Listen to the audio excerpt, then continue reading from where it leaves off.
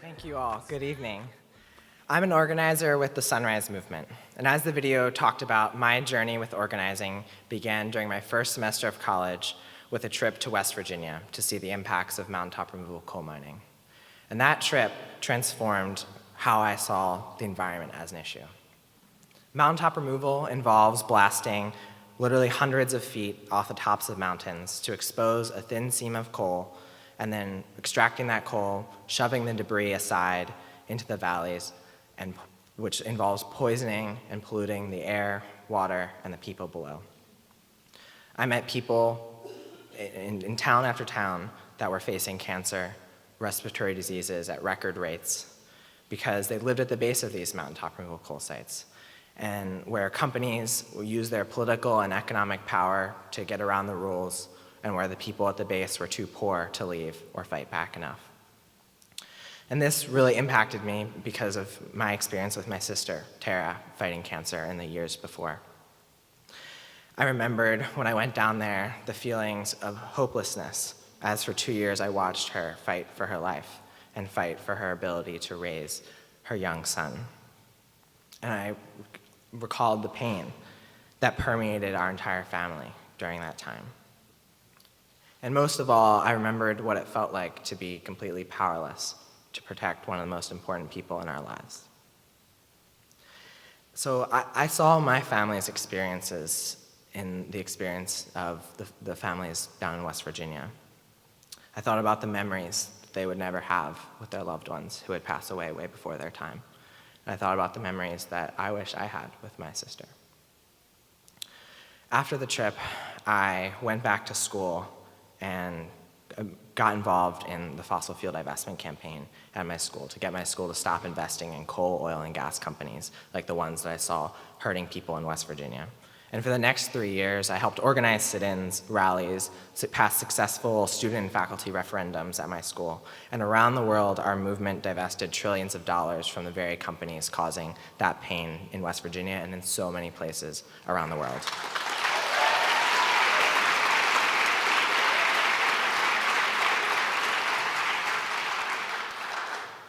And so impactfully for me, I found a community of people who shared my values, and for the first time, I felt empowered to put my anger and my sadness and my grief into action to change things, which was really, really meaningful for me. So following the 26th election then, fast forwarding, it became really clear to me how important it was for the youth climate movement to also be joining with other movements to change who's in power in our government. And this is what led me to help found Sunrise Movement. We're a movement of young people taking on the root of political inaction on climate change, the incredible influence of fossil fuel money on our political system, and we're also fighting to put people-powered candidates into office who take the issue of climate as seriously as justice and the science demand. And right now, we're 5 months into our biggest project yet, Sunrise Semester, where at this point, 75 young people have gone all in as full-time volunteer organizers for the movement. And they've worked so hard to bring in hundreds more leaders into the movement as volunteers, talk to voters, and turn up the heat on politicians of both parties who put corporate money from fossil fuel executives above our futures. We've so far helped get 1,200 candidates to pledge to reject money from fossil fuel executives and lobbyists.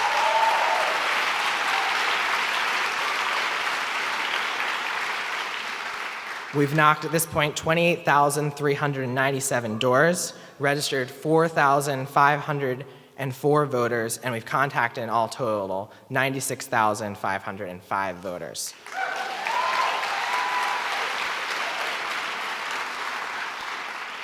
But those numbers, for me, are only part of the story. For me, the most meaningful part of Sunrise Semester is seeing people, myself included, grow and learn so much. My favorite moments have been when fellows or volunteers have come to me and made the choice about the same choice I made, to fight for the people and places that they love.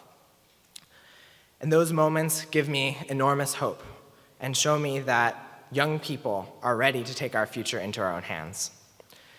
It's been an incredible honor to work with such amazing people throughout the project, and I'm so grateful to the Earth Island Institute for giving me the privilege of sharing our movement on this stage. So many times, we've seen youth movements change the course of history and shift what's politically possible before our eyes. We can do it again.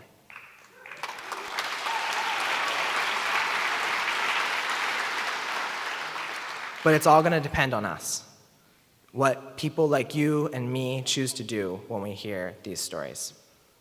My greatest ask of all of you is to join us.